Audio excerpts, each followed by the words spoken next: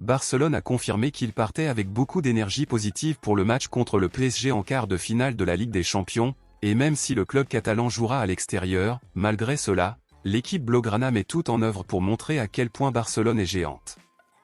Barcelone vient de connaître une belle série de matchs sans défaite, où le club catalan en compte désormais 11 sans perdre. En plus de concéder rarement des buts, tout le monde s'attend donc à ce que Barcelone soit capable de maintenir cette excellente séquence.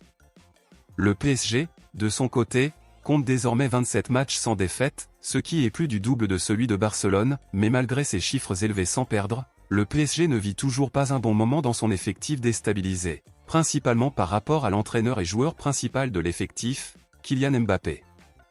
Barcelone a confirmé certains retours de joueurs blessés, comme Andreas Christensen, Frenkie de Jong et Pedri, qui ont été blessés le mois dernier. L'information est que Christensen et de Jong débuteront très probablement le match en tant que titulaire. Quant à Pedri, le joueur sera sélectionné mais on ne sait pas encore s'il jouera car il n'est pas encore récupéré à 100% et Barcelone analyse s'il vaut la peine de risquer le milieu de terrain barcelonais ou non. Pensez-vous que Barcelone devrait utiliser Pedri contre le PSG ou vaut-il mieux ne pas prendre de risques? Laissez votre avis ici dans les commentaires. En plus de ces informations, l'arbitre choisi pour diriger ce match vient d'être confirmé, et il s'agit de l'arbitre anglais Anthony Taylor.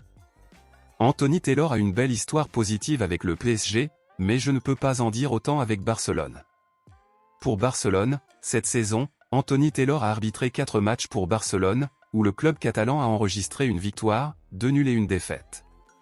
Quant au PSG, cette saison, Anthony Taylor a arbitré 6 matchs pour le PSG, où le club parisien est reparti avec 5 victoires et un nul. De plus, le PSG n'a jamais perdu un seul match lorsqu'Anthony Taylor arbitrait.